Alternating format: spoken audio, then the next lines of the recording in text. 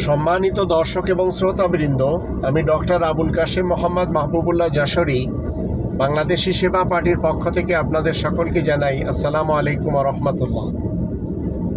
আমাদের দেশের প্রত্যেকটি নাগরিক কোটিপতি।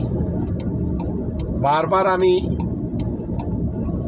চলমান সরকারকে বলেই চলেছি, অতীতে যারা এসেছিল তাদেরকেও বলেছি, এখন তারেক জিয়া যাকে খাম্বা তারিক বলে তাকেও বলে চলেছি যে প্রত্যেকটি নাগরিককে 1 কোটি করে টাকা খনিজ সম্পদের অর্থ থেকে রয়্যালিটি দেন।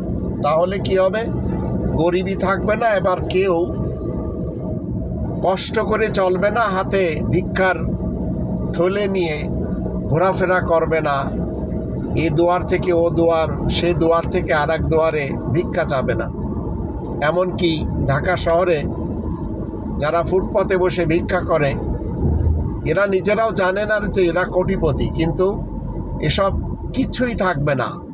কেউ বাংলাদেশে ইজি বাইক চালাবে না, কেউ ভ্যান চালাবে না, রিক্সা চালাবে না, মানুষ মানুষকে টানবে না।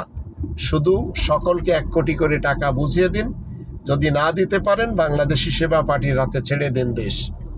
বাংলাদেশি সেবা পার্টি শরিয়া শাসন ব্যবস্থা মানে।